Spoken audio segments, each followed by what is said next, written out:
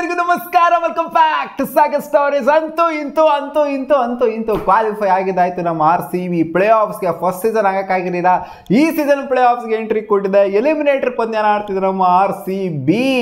ಅವನ ಅಜ್ಜಿ ಏನಿತ್ತು ಗುರು ಮ್ಯಾಚು, ಕೇಳ್ಕತ್ತ ನಾಟಕ ಬಂದ್ ಮಾಡಾಕ್ಬಿಟ್ರಲ್ಲ ಅಲ್ಲಿ.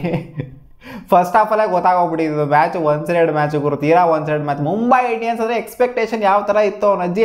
RCB ಡೆಬಿಟ್ ಟಫ್ ಫೈಟ್ ಕೊಡ್ತಾರೆ, ಕೊನೆವರೆಗೂ ಹೋಗುತ್ತೆ, ಅದು ಇದು ಅಂತ. ಕೊನೆವರೆಗೂ ಅಲ್ಲ, ಇನ್ಫ್ಯಾಕ್ಟ್ ಇವರೇ ಸ್ವಲ್ಪ ಅಪ್ಪರ್ ಹ್ಯಾಂಡ್ ಇದ್ರು ಮುಂಬೈ ಇಂಡಿಯನ್ಸ್, ಯಾಕಂದರೆ ಕಾನ್ಸ್ಟೇಬಲ್ ಅವರೇ ಮೇಲಿರೋದು. ಎಕ್ಸ್ಪೆಕ್ಟೆಡ್ ಲೈನ್ಸಲ್ಲಿ ಅವರು ಆಡಲಿಲ್ಲ ಅಂತ ಹೇಳ್ಬೇಕು. ಎಕ್ಸ್ಪೆಕ್ಟೆಡ್ ಲೈನ್ಸ್ಗಿಂತ ಮೇಲ್ಗಡೆ ಆಡಿದ್ದು ನಮ್ಮ darling Perry, second darling Perry ಅಂತ. ಇವತ್ತು ಒಂಥರ ಎಲಿಸ್ ಅಂತ ಹೇಳಬೇಕು, ಆ ಥರ ಪ್ರದರ್ಶನ ಕೊಟ್ಟಿದ್ದು.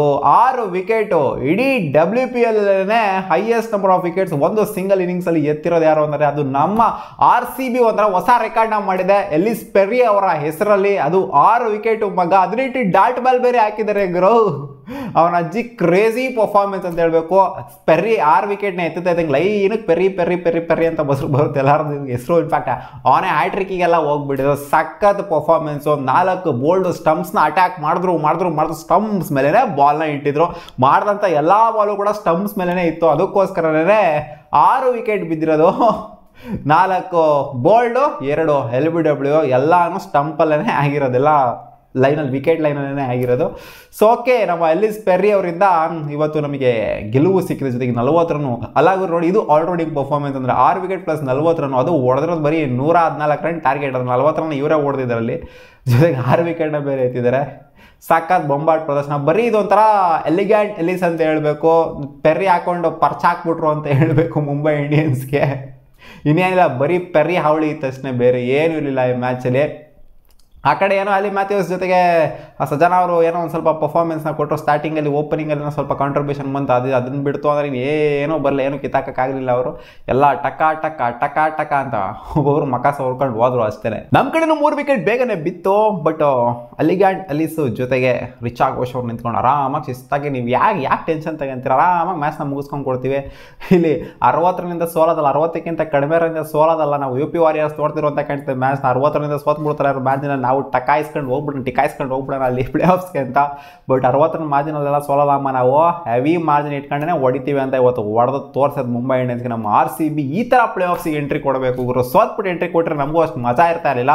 ಈ ಥರ ಮುಂಬೈ ಇಂಡಿಯನ್ಸ್ ಅಂತ ಕ್ವಾಲಿಟಿ ಟೀಮ್ ಮೇಲೆ ಗೆದ್ಬಿಟ್ಟು ಪ್ಲೇ ಆಫ್ಸಿಗೆ ಎಂಟ್ರಿ ಕೊಡ್ತು ಅಂದರೆ ಈ ಥರ ಮಜಾನೇ ಬೇರೆ, ಕಾನ್ಫಿಡೆನ್ಸೇ ಬೇರೆ. ಒಂಥರ ಹೈ ಆನ್ ಕಾನ್ಫಿಡೆನ್ಸ್ ಇರ್ತಾರೆ ನಮ್ಮ RCB ಅವರು. ಪ್ಲೇ ಆಫ್ಸ್ಗೆ ಎಂಟ್ರಿ ಕೊಟ್ಟಿರೋದ್ರಿಂದ, ಗೆದ್ಬಿಟ್ಟು ಎಂಟ್ರಿ ಕೊಟ್ಟಿರೋದ್ರಿಂದ ಇಲ್ಲಿ ಇವರು ಸೋತ್ಬಿಟ್ಟು ಹೋಗಿದ್ದಾರೆ ಪ್ಲೇ ಆಫ್ಸ್ಗೆ. ಇವಾಗ ಮುಂಬೈ ಇಂಡಿಯನ್ಸ್ ನೋಡಬೇಕು, ಮುಖಾಮುಖಿ ನಾವೇ ಬರ್ತೀವಿ ಅಂತ ಕಾಣಿಸಿದೆ. ಮುಂಬೈ ಇಂಡಿಯನ್ಸ್ ಇವಾಗ ಸೋತಿರೋದ್ರೆ Delhi Capitals obviously number 1 finish ಮಾಡ್ತಾರೆ. 2 and 3 ಆಬ್ವಿಯಸ್ಲಿ ಎಲಿಮಿನೇಟರ್ ಅಂದರೆ ಸೆಮಿಫೈನಲ್ನ ಆಡುತ್ತೆ. ಕಾದು ನೋಡೋಣ ಹೆಂಗಿರ್ತದೆ ಇವತ್ತು. ಅದೇ ಏನು ಇರಲಿಲ್ಲ, ಬರೀ ಪೆರಿ ಅವಳೆ ಅಷ್ಟೇ. ಪೆರಿ ಆಲ್ ಅಬೌಟ್ ಪೆರಿ ಅಂತ ಹೇಳ್ಬೇಕಷ್ಟೇ. ಬ್ಯಾಟಿಂಗಲ್ಲೂ ಪೆರಿ, ಬೌಲಿಂಗಲ್ಲೂ ಪೆರಿ, ಎಲ್ಲಿ ನೋಡಿದ್ರು ಪೆರಿ ಅಷ್ಟೇ. ಪೆರಿ ಅಷ್ಟೇ. ಇನ್ನೇನು ಹೇಳ್ತೀರಾ ಕಾಮೆಂಟ್ ಸೆಕ್ಷನ್ ಕಾಮೆಂಟ್ ಮಾಡಿ ತಿಳಿಸಿ ಇವತ್ತಿನ ಮ್ಯಾಚ್ ಹೆಂಗಿತ್ತು ಅಂತ. ನಾವು ಗುಜರಾತ್ ಜೈಂಟ್ಸಿಗೆ ಲಾಸ್ಟ್ ಮ್ಯಾಚ್ ಕ್ರೆಡಿಟ್ನ ಕೊಟ್ಟಿದ್ವಿ. ಇವಾಗ ಅನ್ನಿಸ್ತಾ ಇದೆ ಗುಜರಾತ್ ಜೈಂಟ್ಸು ಸೋತಿದ್ರು ಕೂಡ ನಾವು ಆರಾಮಾಗಿ ಕ್ವಾಲಿಫೈ ಆಗ್ತಿದ್ವಿ ಅಂತ. ಯಾಕಂದರೆ ಈ ಮ್ಯಾಚ್ನ ಗೆದ್ವಲ್ಲ ನಾವು, ಆದ್ದರಿಂದ. ಬಟ್ ಆದರೂ ಗುಜರಾತ್ ಜೈಂಟ್ಸಿಗೆ ಕ್ರೆಡಿಟ್ ಕೊಡಲೇಬೇಕು ಗುರು. ನೆನ್ನೆ ಆಡಿದ ಮಾತನ್ನ ಇವತ್ತು ಒಂಥರ ತಪ್ಪೋದಕ್ಕಾಗೋದಿಲ್ಲ. ಗುಜರಾತ್ ಜೈಂಟ್ಸ್ಗೂ ಕ್ರೆಡಿಟ್ ಕೊಡಬೇಕು, ಜೊತೆಗೆ ನಾವು RCB ಗಂತೂ ದೊಡ್ಡ ಕ್ರೆಡಿಟ್ ಕೊಟ್ಬಿಡ್ಬೇಕು. ಯಾಕಂದರೆ ಸೆಕೆಂಡ್ ಸೀಸನ್ ಅಟ್ಲೀಸ್ಟ್ ಕ್ವಾಲಿಫೈ ಆದರಲ್ಲ ಅಂತ. ಯಾಕಂದರೆ ಈ ಸೀಸನು ಬಾಯಿಗೆ ಬರ್ಸ್ಕೊಂಡು ಏನೇನೋ ಆಗಿತ್ತು. 3ನೇ ಪೊಸಿಷನಲ್ಲಿ ಕ್ವಾಲಿಫೈ ಆಗಿದ್ದೀವಿ, ಅದು ಬಾಯಿಗೆ ಬರ್ಸ್ಕೊಂಡು ನೋಡೋಣ. ಈ 3ನೇ ಪೊಸಿಷನಲ್ಲಿ ಕ್ವಾಲಿಫೈ ಆಗಿಬಿಟ್ಟು ಟ್ರೋಫಿ ಎತ್ತಿದ್ರೆ ಹೆಂಗಿರುತ್ತೆ ಮಗ, ಅದು ನೆಕ್ಸ್ಟ್ ಲೆವೆಲ್ ಇರುತ್ತೆ. ಒಟ್ಟಲ್ಲಿ 3 ಟೀಮಲ್ಲಿ ಯಾವ್ದಾದ್ರು ಒಂದು ಟೀಮ್ ಎತ್ತುತ್ತೆ. ಅದು ಯಾವ ಟೀಮ್ ಅಂತ ಕಾದು ನೋಡಬೇಕು ಅಷ್ಟೇ. ಕಾದು ನೋಡೋಣ ಏನಾಗುತ್ತೆ ಅಂತ. ಪ್ಲೇ ಆಫ್ ಸಿಗೋಣ ಮುಂದಿನ ವಿಡಿಯೋದಲ್ಲಿ. ಬಾಯ್.